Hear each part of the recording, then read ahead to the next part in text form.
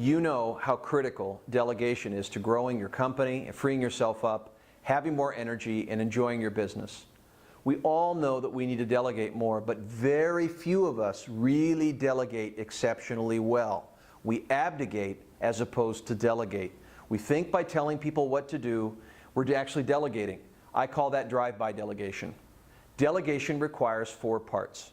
Number 1 is that you provide a system for them to follow. Ask yourself, are the instructions that I'm giving them documented? Is this manualized? Is this systematized so that no matter who I have do it, it could be done very well? Number 2, have you assigned a metric to it? What are you measuring the task by? What outcome are you committed to with this task? What on your pro forma statement is this task going to affect? They need to know what they're going to be measured by, and you need to measure, and measure the actual against the expected. Number 3 is confirm. Confirm with them that they understand what you gave them in instructions. Tell them and show them, and then have them tell you and show you. Tell, show, and then they tell, and they show. That way there's confirmation that what you delivered is understood, and they're likely to get it done according to your expectations. You also might want to assign a priority at this point. For example, an A, B, or C.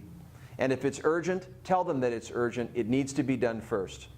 Lastly, assign a feedback loop.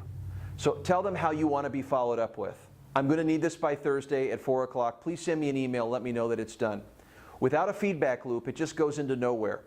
Make sure that you track it on a waiting list.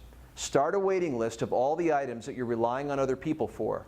Okay? Keep that on your desk. That way you're aware of how you're positioned in waiting for others who are getting things done that you've asked them to do.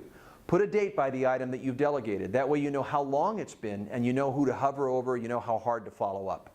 So let's go over those steps. Number 1 is make sure that you give them a system. Number 2 is give them a metric. Number 3 is to confirm it. And number 4, provide a feedback loop. Happy delegating.